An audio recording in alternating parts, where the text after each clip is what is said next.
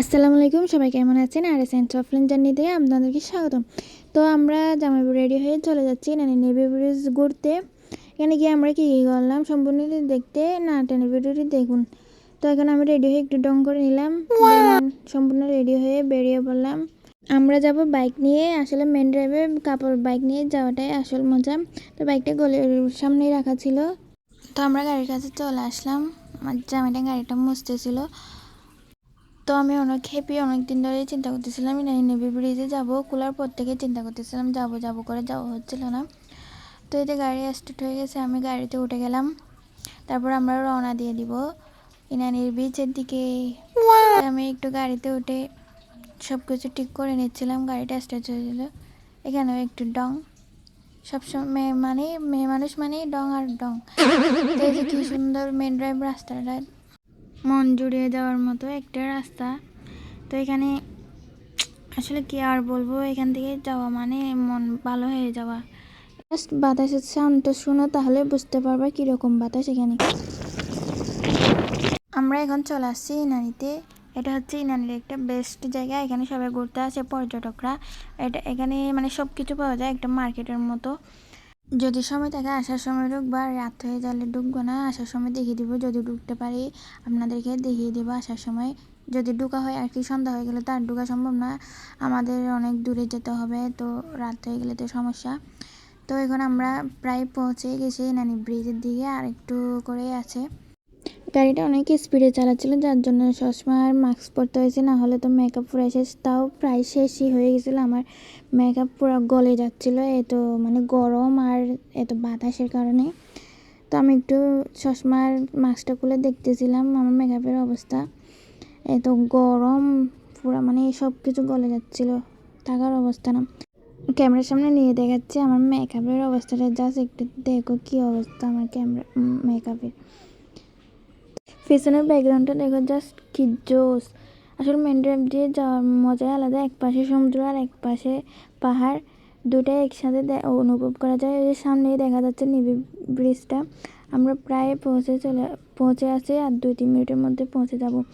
এই যে একটা বেস্ট হোটেল ইনানি বিচের, সবাই এখানে আসলে এখানে থাকতে পারেন। এখানে কয়েকটা ভালো ভালো রেস্টুরেন্টও দেখা যাচ্ছে, আসলে একটা ছবি তোলার জন্য বেস্ট জায়গা বলা যায়।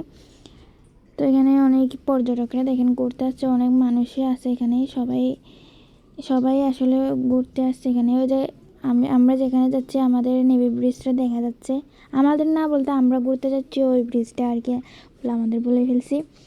তো আমার অবস্থাটা দেখো, জাস্ট গরমে আমি শেষ। তোমরা আসলে একটু সন্ধ্যার সময় আসি, সন্ধ্যার আগে করে।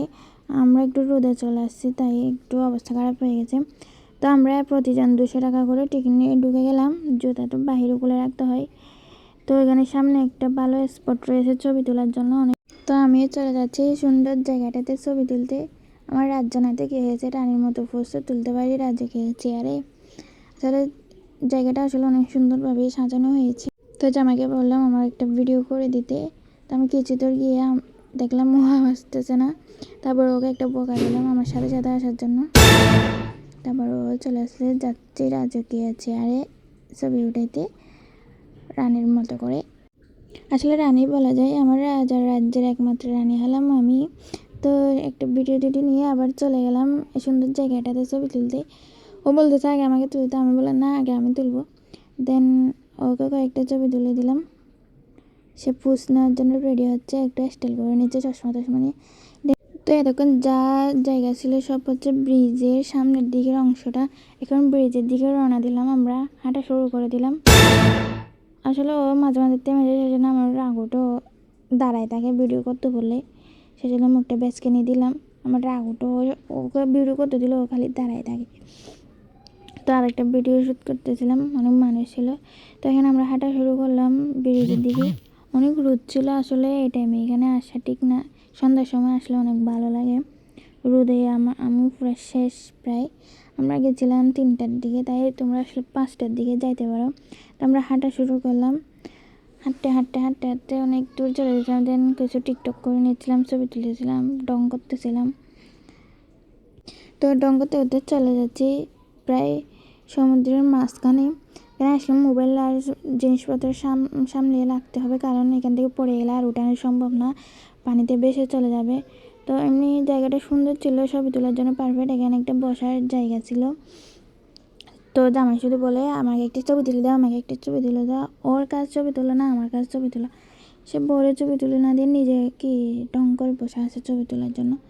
দেন আমার হেয়ার মেকআপ সব কিছু নষ্ট হয়ে গেছিলো গাড়িতে আসার সময়, এত বাতাস আর রোদের কারণে। আমরা মনে করছিলাম আমাদের দেরি হয়ে যাবে, সেই জন্য আমরা স্পিডে মানে তাড়াতাড়ি করে চলে আসছি। কিন্তু এখন এসে বুঝতে পারছি আর আমাদের লেট করে আসা উচিত ছিল। তো একটু মেকআপ টেকআপ ঠিক করে নিচ্ছিলাম, হেয়ার ঠিক করে নিয়েছিলাম। আসলে বাইকে করে আসলে হেয়ার ছেড়ে দেওয়া উচিত না, বেঁধে আসা উচিত। আমার চুল তো প্রায় বাসায় গিয়ে আধা ঘন্টা আশ্রাইতে হবে, 1 ঘন্টা। তা আবার দেখেন আবার খালি ছবি উঠে দিচ্ছে। আসলে বউ মানুষের কাজ ছবি তোলা নাকি জামাই মানুষের কাজ ছবি তোলা?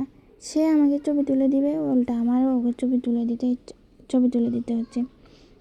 একটু এদিকে গিয়ে বসছিলাম, তো এসে দেখি 2 জন মা মেয়ের সঙ্গে পিরিত জমাইছে, ছবি তুলে দিচ্ছে ওদেরকে। আসলে মেয়ে মানুষ দেখলে ছেলেদের সাহায্যের হাত আকাশ পরিমাণ লম্বা হয়ে যায়।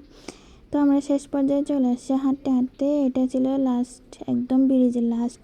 এখানে এখনও কাজ শেষ হয় নাই, তবে এখানে খাওয়ার জন্য অনেক কিছু পাওয়া যায়, জুস, চিকেন টিকেন এসব অনেক কিছু পাওয়া যায়। এখানে বসার জায়গা ছিল, এটা এখনও ঠিক করা হয়নি তেমন।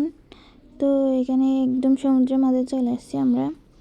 তো একটু উপভোগ করতেছিলাম, এখানে খাওয়ার জন্য কিছু পেয়ে যাবেন। এখনও কাজ চলতেছে, লাস্ট পর্যায়ে মনে হয় আরও সুন্দর করতে পারে। এখন আমরা চলে যাচ্ছি কক্সবাজারে। আর তাতে দেখেন সন্ধ্যার সময় সুন্দর লাগতেছে, সানসেটটা কীরকম সুন্দর দেখেন। ওই যে লাস্ট পর্যায়ের জায়গাটা দেখা যাচ্ছে এখান থেকে। আমরা অনেক দূরে চলে আসছি হাঁটতে হাঁটতে, মানে একদম চলে যাচ্ছি আর কি বাসায় না। আমার একটা ফেভারিট জায়গা আছে যেখান থেকে আমি প্রতিদিন একটা থাই চিকেন খাই স্পাইসি, ওইটা খাওয়ার জন্য এখন যাচ্ছি। তাই এখানে কিছু খাই নাই, অনেক খিদা লাগছে, তাই তাড়াতাড়ি করে চলে যাচ্ছি। তো এই যে আমরা চলে যাচ্ছি, দেখেন সমুদ্রের ঢেউ কি সুন্দর। দেখেন রাতের বেলায় লাইট জ্বালানো হয়, অনেক সুন্দর লাগে লাইটের বেলায়।